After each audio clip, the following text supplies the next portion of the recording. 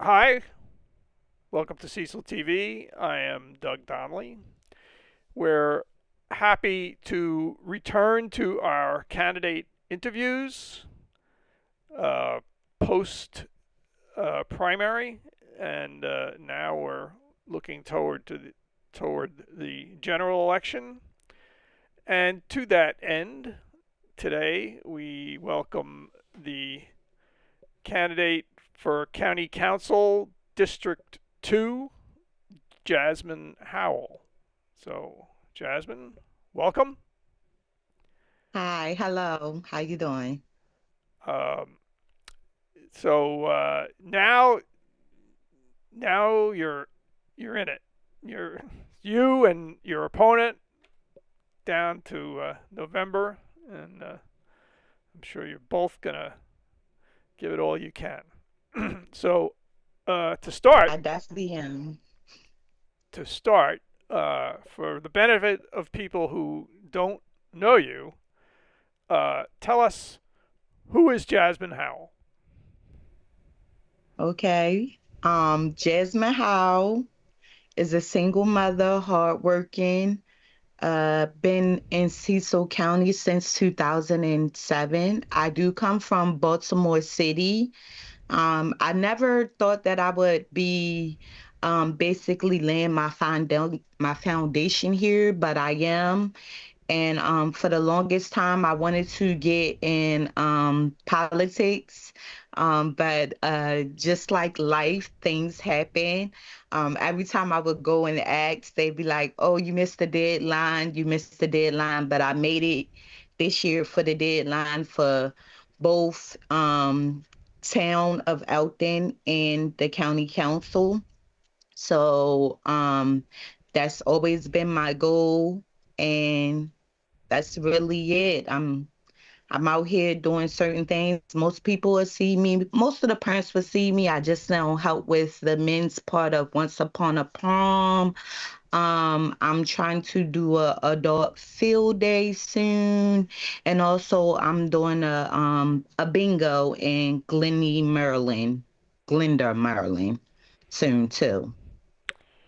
Is that like a fundraising thing, or yes? Yes, yes. I want to not only introduce introduce people to me and everything about me, but I also want to interact with my community.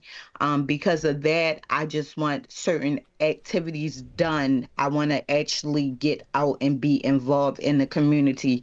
I don't want to just go and ask for money without giving actual time and space to the people that I'm going to basically be representing. Right. Okay. So you sort of so why are you running for county council? I'm running because to me, it seems like a lot of priorities are distorted when it comes to money, when it comes to decisions. And I really think that is basically self preparation versus the community. Like, I feel like it's mostly decisions made on the impact of the people who have the power and not the impact of the people of the community. And we're getting to the point where the community are kind of like nonchalant about it. And it's time to light fire back to them and get them caring again. Because right now we don't need nonchalant. We need people who care, people that want change, people that want a difference. Because right now, all I can see is the same consistency for 8 years now, which the Republicans have held the office for 8 years now. Now it's time for, whether it's a Democrat or independent, it's time for somebody else to take over because this is not getting better to the community. If you talk to the community, it's not getting better, it's getting worse.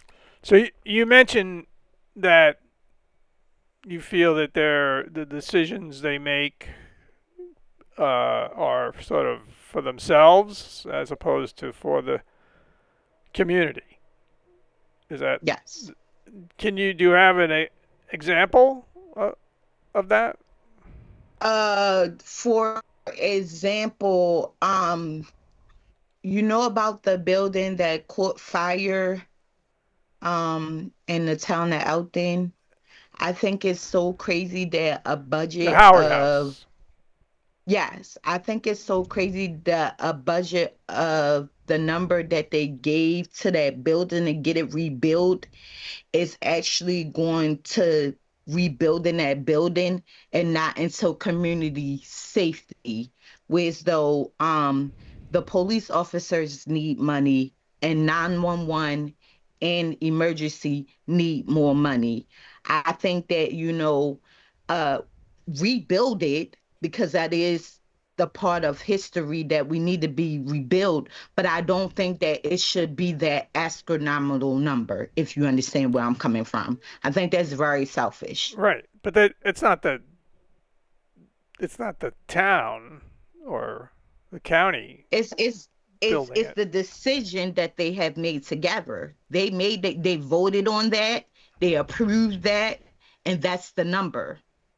When that some of that money should have been going to the people, not into a building that literally sits there. It sits there. It benefits everybody to come see it for 2 seconds, but it doesn't impact the Cecil County people lives. Well, I don't know about that. I mean, the Howard House seems like it's a one. It's an Elkton thing. Um, the so moving on. The Yeah. so what do you see like across the county?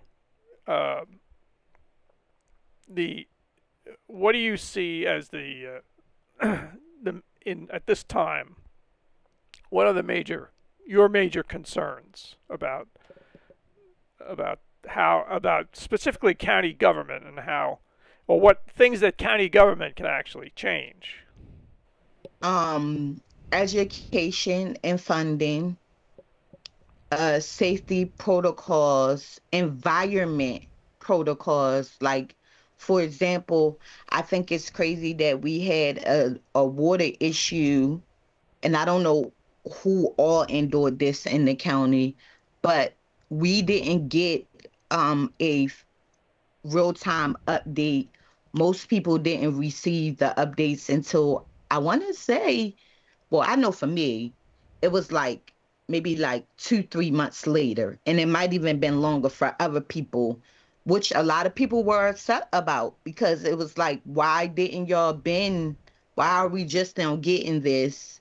Why wasn't it announced or why wasn't it been told to everyone when it first happened, and why are we receiving it in a letter, um, in like not a timely manner, I would say. So I just feel like real time updates needs to be done. I mean, we have AI, we have different things where that things should be done in real time and updates should be done real time, especially when it impacts the people and the environment and the resources that we use. Are you talking about the water regarding The the contamination contamination? where when Right, the everybody was supposed PFAS. to not bathe with it and they were supposed to boil it and they were supposed to use bottles of water. And like I said, I don't know if this affected the whole community as far as the whole Cecil County, like where the dam is, or just different parts of Cecil County. But I'm just saying, as a Cecil County resident, it don't matter where I live at. This information is very vital to people's lives, that it can impact any and everybody lives. We have businesses and restaurants in these areas where this water was contaminated, and like, it's certain temperatures that the waters and things have to be, and certain things has to be done so that the people won't be sick, if you understand. But Right. I'm not only caring about it for this, for Elton, but I'm caring about it like what happens with the next one, or when the next pipe bursts, or when something underground that's interfering with a normal person livelihood and resources that shuts down the whole neighborhood. I mean, I just have to think to myself like, who whatever community is going through this and they don't know the real time information or even know the steps they should take when they're in that situation. Um, right. So you you also alluded to both education and public safety. So do you feel the schools are not adequately funded? Um, I do feel like that, and I do feel like the community is not adequately funded. We have a workforce center right on Route 40. Um and I feel like, if we had more advertisement on that, more information out to the community could come and actually maybe do a trade or anything. Let's think about why we have crime. Most of our crime is that people are trying to get money, whether it's to pay the bill or whether it's to eat or whatever the case may be. But if you give the person or lead the person to a center where they can get a trade or get a job and be able to support themselves, I feel like, they don't have time to relate to crime because they are working and they are being productive to the community. Even when it comes to people who are on drugs, who are trying to get back to their normal self before they were drugs, I feel like a situation happened where maybe they didn't have the resource to cope with that situation, so they leaned in on drugs more. Most people who have a drug problem, they go right back to drugs because of the lack of support and the lack of help or the lack of knowing where to go and how to challenge that negative behavior into good behavior where it's productive not only for them but their family. But if you talk to certain people who have that type of support and understand what needs to be done, when they do have that type of support, they'll tell you, like, yes, I did fall on hard times. Yes, I was on drugs, but because of my support and the things that I did to go to school to better my life, once I got to the point that I needed to got, my life was much better. So I think that if we can make more programs available and help people get to more programs to make a better litter, I think that crime would decrease instead of increase. I can tell you that I do like the fact that Cecil County has got a little bit better as far as when it comes to people who are on drugs. I remember like you couldn't even turn a corner without a mom pushing a stroller down Route 40 and they're like nodding while they're pushing a stroller, or out in front of the Wawa's, drug people are nodding, or you go in the bathroom and you got to go to the bathroom. You can't even use the bathroom because somebody went in the bathroom and literally OD'd in the bathroom in the gas station, whether it's Royal Farms or Wawa. So so I you can think that say things that have gotten better? a little bit, not that Right. much, because So I have a recently, question. You mentioned that people, if people had jobs, etc., job training, they that might keep some people away from drugs or whatever, hanging out on the street mhm. or whatever people might do. Um, but how do you? I mean, we do have these programs. We do have the Susquehanna workforce. They do. You walk in there and they're all over you about training and all kinds of opportunities, and they have job fairs. I mean, the question is, are the you said how do you reach? I mean, what what do you have a any do you have an we idea of re how you reach the guy who's hanging out in we the reached them corner? from the We reached them from the drugs program. We reached them from the schooling. Do you know that this year, out of I think 75 years, that Elton High had the highest graduating rate, to the point that they literally had to move their ceremony to UD? Well, I don't know that that's exactly why they moved it, but yeah, they moved it. They no, that's exactly why. It's the highest. It was their biggest class in 75 years to graduate. And I can't help to think that that's because of the strives that they're making in education for children, the different things that they're doing, where there are people who are education and book smart, and then there's people who are hand smart, where you can take a trade now. You can actually take a trade and come out of school and be making money as soon as you graduate, or even while you in school you could be making money. So because of that, I feel like that's one step closer to better in the future.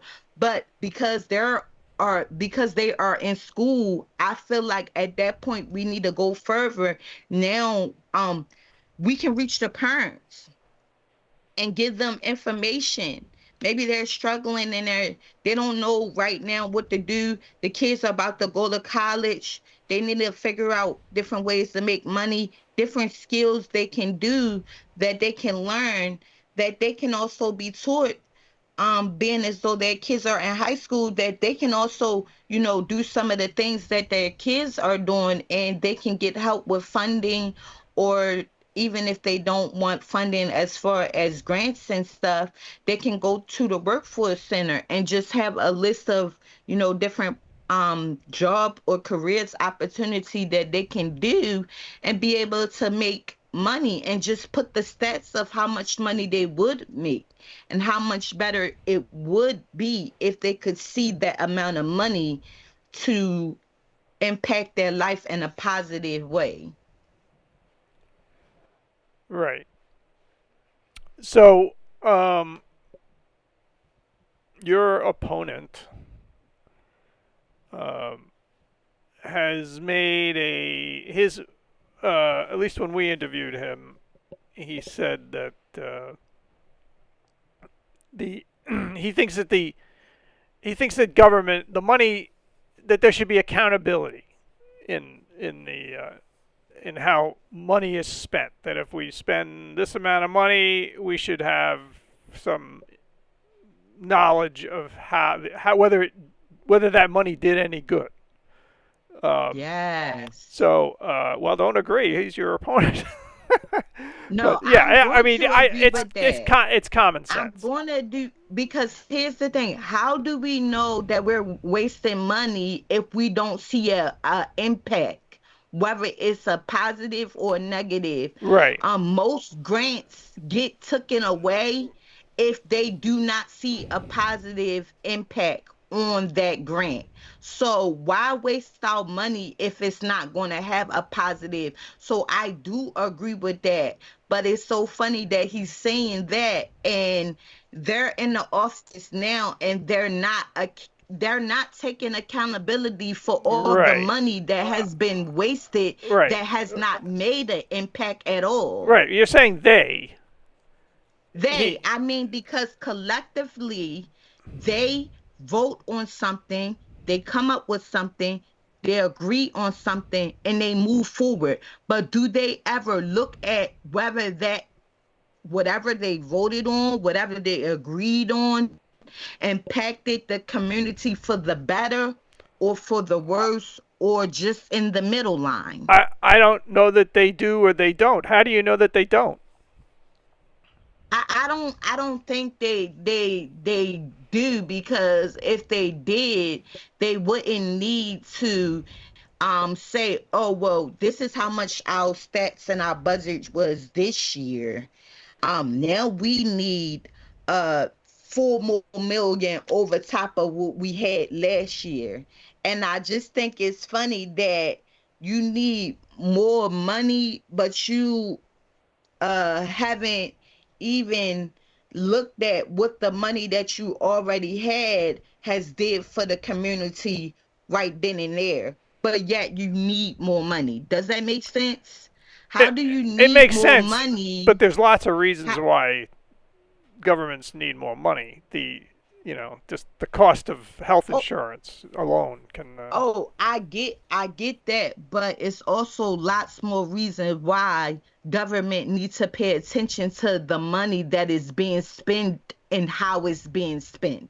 Because you only need more money when you realize that, okay, for example, when we have all these different warehouses sitting around, let's think about the incident of Walmart, when the Walmart caught fire and how much money Elton lost due to that Walmart being closed. Now imagine how much money we're losing with these warehouses that are sitting and we have no contracts on them and no business or money opportunities in them.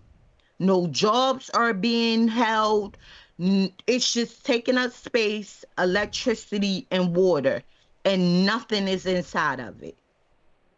But we need more money, and we're building more factories, but we don't have people to put into them. We don't have the contracts we need to get the money back from building these factories.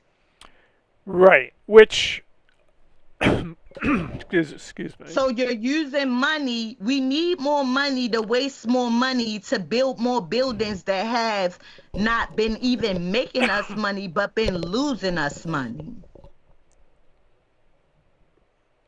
Right. Excuse me. Which brings me to the subject of development, as you've been referring to.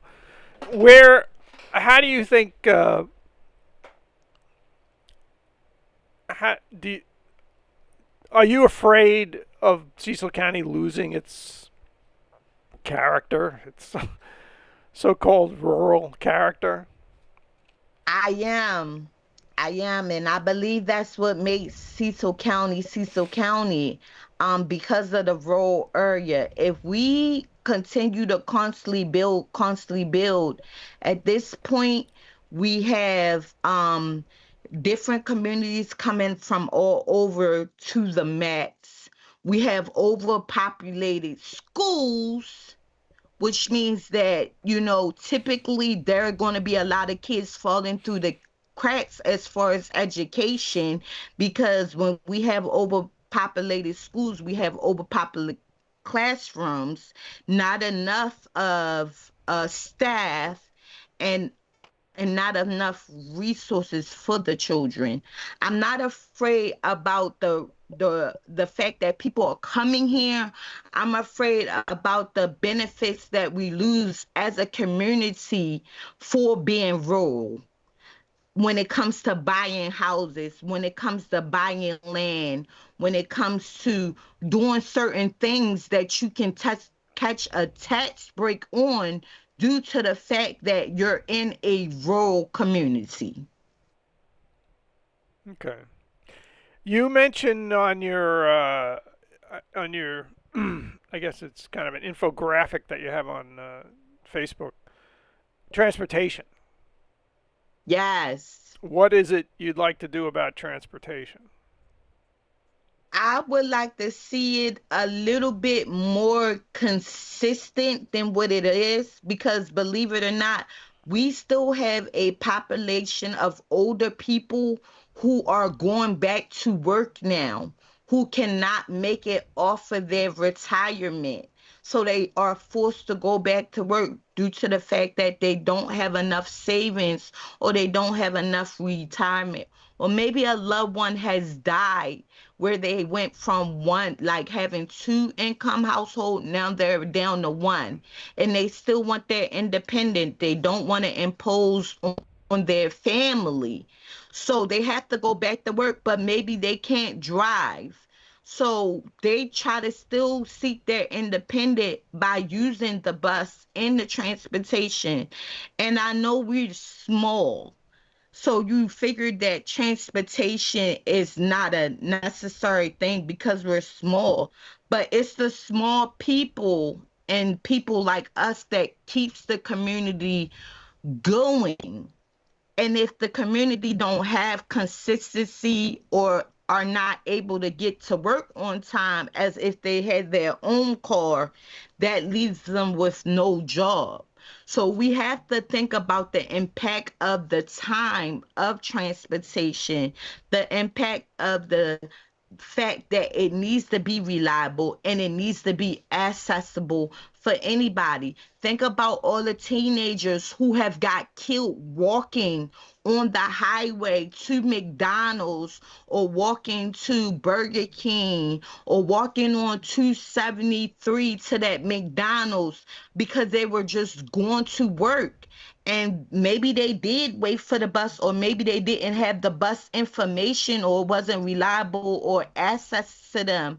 Now a life has been lost because of the fact that we have transportation, but it's not as frequent as it needs to be to help our teenagers, the older adults, anybody who can't drive, maybe a person with disability, who knows? But at the point of, things that we need to understand is that just because we have a car doesn't mean that the people that don't have a car are not affected by transportation, because they really are. It's a tough problem. Some people would like to think the answer is driverless cars, where you just hit an app and That's not the answer to me. First of all, I would never refer to a driver's car because them cars can be hacked. uh, And we don't know who has the genius to be evil and cruel, that hack a car and actually have people lives in their hands where it can run into a person's house. I would never say that. right. That's Well, anything taken can away. be any. I mean, theoretically, anything with a computer in it is hackable.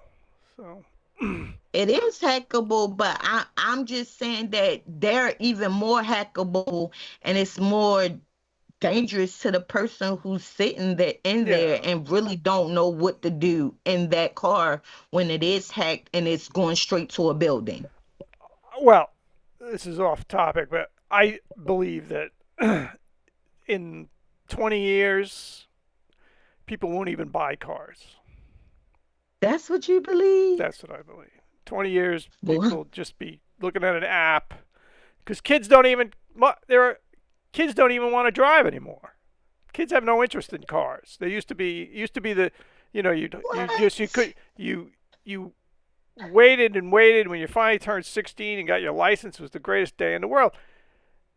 Kids, the percentage of kids that have no interest in driving is growing and growing and growing. And I'm sure in 20 years they would much rather just hit a access some app on their phone and some little boxy thing shows up in their front of their house. They get in and it takes them wherever they want, and it'll take them there safely, more safely than driving, regular driving. So, Well, I have Google to Google has a disagree lot. with that. Google has I have a son, and all he's talking about, he's right. 15. He has Yes, to wait till there nine will months to still get his permit. And he's all his friends is talking about is their 16th birthday in the hope of getting a car. They don't really right. care if it's a putt putt. They don't really care. They just want to be able to get in a car. And I know so many children, if you go to the high schoolers, they would literally tell you like they can't wait till they get the car. And some of them are talking about the fact that their family, they understand that their family can't afford the car, and they're ready to go to work to help get their own car. So I guess it just depends on Right. who you talking to. We'll see I what talk to most of happens. the teenagers, and I'm telling you, when it comes to the boys, they're definitely, they want their pickup trucks and their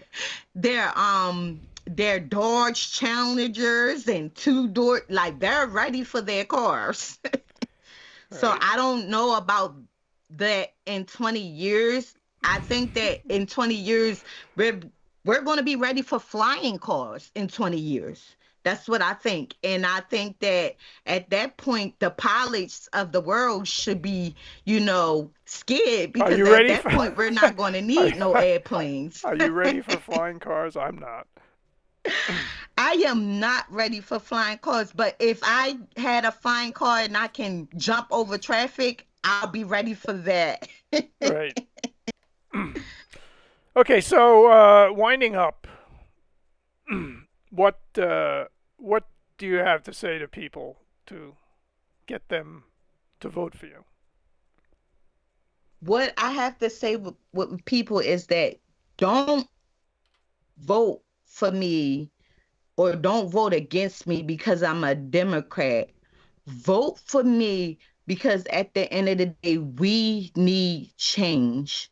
Vote for me to understand that I have been a regular smuggler person like you guys. So I actually see this struggle and we're on the blind side in. Vote for me for transparency and understanding that I'm going to let y'all know in real time what is going on because I care about my community. I love my community and I want to see my community not only uh live but thrive in what they are living in. Vote for me to keep taxes down, to know where your money is being spent with your taxes, and to know that the money is not being wasted. Vote for transparency. Don't just vote because somebody is a Republican, so you're a diehard Republican. Because even then, we all have eyes, but just because we have eyes don't mean we see eye to eye. I want to see eye to eye with my community, whether I'm a Democrat or whether you don't see me as a Democrat. I don't really care. I just want the best for my people and I want the best for my children who live in this community. Great.